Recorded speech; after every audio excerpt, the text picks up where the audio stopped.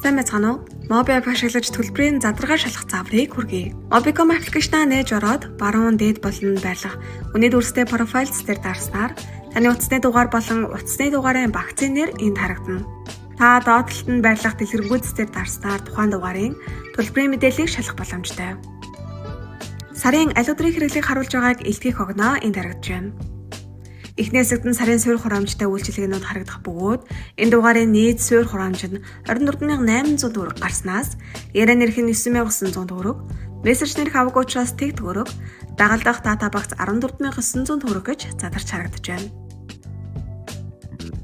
Доорх хэсэгт байрлах нэмэлт хэрэглээний 13591 төгрөг нь нэг шилжүүлэг хийгээгүй учраас тэг төгрөг, задгаа дата ашиглаагүй тул тэг төгрөг, гар утасны лидсэнгүй учраас мөн тэг төгрөг, бусад хэрэглээ 13591 төгрөг гэж харуулж байна.